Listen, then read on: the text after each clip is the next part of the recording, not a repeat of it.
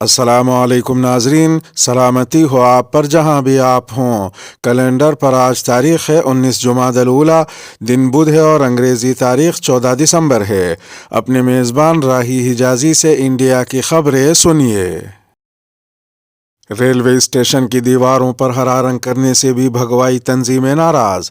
Kalaburagi railway station کی دیواروں پر ہرا رنگ کیے جانے کے خلاف بھگوائی شدت پسند تنظیموں نے منگل کو احتجاج کیا اور حکام کو اسے ہٹانے کا الٹیمیٹم دے دیا۔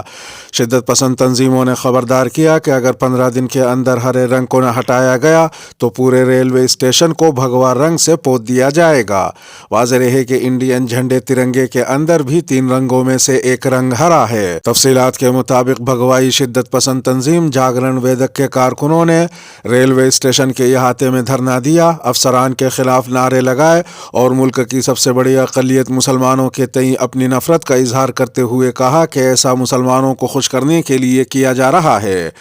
ایک بھگوائی انتہا پسند کارکن لکشمی کانت سادھوی نے کہا کہ ریلوے اسٹیشن کی عمارت کو سبز رنگ کے علاوہ کسی اور رنگ سے پینٹ کیا جانا چاہیے۔ انہوں نے مزید کہا کہ کناڈا پرچم کے پیلے اور سرخ رنگوں کو بھی استعمال کیا جا سکتا ہے، ورنہ ریلوے کی عمارت بھگوائی رنگ میں رنگ دی جائے گی۔ احتجاج کے بعد ریلوے حکام نے پینٹنگ کا کام روک دیا ہے۔ حکام کا کہنا ہے کہ پینٹنگ اعلیٰ حکام کے حکم پر کی جا رہی تھی۔ کلبرگی ریلوے اسٹیشن کے ملازم ستیہ نارائن دیسائی نے کہا کہ وہ ریلوے اسٹیشن کو کسی دوسرے رنگ میں رنگنے پر بات کریں گے اور پھر کوئی فیصلہ لیں گے۔ امریکہ ہمیشہ اپنے دوست ممالک کے ساتھ کھڑا رہے گا۔ اروناچل پردیش کے توانگ میں چینی فوجیوں اور انڈین فوجیوں کے درمیان جھڑپ کے معاملے پر امریکہ نے کہا ہے کہ چین اشتعال انگیزی کر رہا ہے، جبکہ امریکہ ہمیشہ اپنے دوست ممالک کے ساتھ کھڑا رہے گا۔ وائٹ ہاؤس نے ایک بیان میں کہا کہ بائیڈن انتظامیہ خوش ہے کہ اروناچل پردیش کے توانگ سیکٹر میں جھڑپ کے بعد انڈیا اور چین دونوں نے اپنی افواج کو پیچھے ہٹا لیا اور حالات قابو میں رکھے۔ پریس کانفرنس کے دوران وائٹ ہاؤس کی میڈیا سیکریٹری نے کہا کہ امریکہ دونوں ممالک کے درمیان کشیدگی کی صورتحال پر گہری نظر رکھے ہوئے ہے اور دونوں فریقوں پر زور دیتا ہے کہ وہ متنازع سرحدوں پر بات چیت کے لیے موجودہ 2 طرفہ چینل کا استعمال کریں۔ انہوں نے مزید کہا کہ ہم صورتحال پر قابو پانے کے لیے انڈیا کی کوششوں کی مکمل حمایت کرتے ہیں۔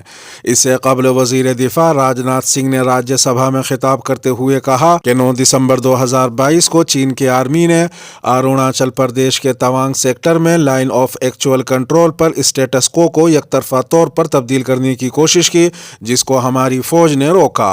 وزیر دفاع نے مزید کہا کہ دونوں طرف کے فوجیوں کے درمیان ہاتھا پائی بھی ہوئی۔ انہوں نے کہا کہ انڈین فوج نے چینی فوجیوں کو واپس ان کی پوسٹ پر جانے پر مجبور کر دیا۔ راج ناتھ سنگھ کے مطابق اس ہاتھا پائی میں دونوں جانب فوجیوں کو کچھ چوٹیں آئی ہیں، مگر ہمارا کوئی بھی فوجی نہیں مرا اور نہ ہی کوئی شدید زخمی ہوا۔ راج ناتھ سنگھ کا یہ بھی کہنا تھا کہ انڈین ملٹری کمانڈرز کی بروقت مداخلت کے باعث چینی فوج اپنی لوکیشنز پر واپس چلی گئی۔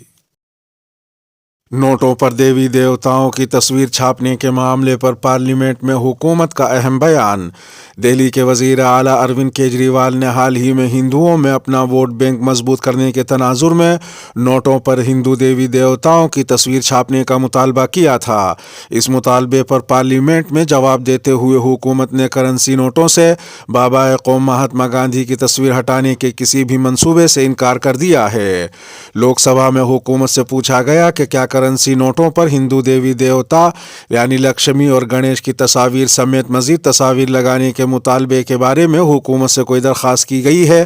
یہ بھی سوال کیا گیا کہ کیا انڈین کرنسی نوٹوں سے بابا قوم مہاتما گاندھی کی تصویر ہٹانے کا منصوبہ زیر غور ہے یا نہیں، تو وزیر مملکت برائے خزانہ نے صاف انکار کرتے ہوئے کہا کہ اس کا سوال ہی پیدا نہیں ہوتا۔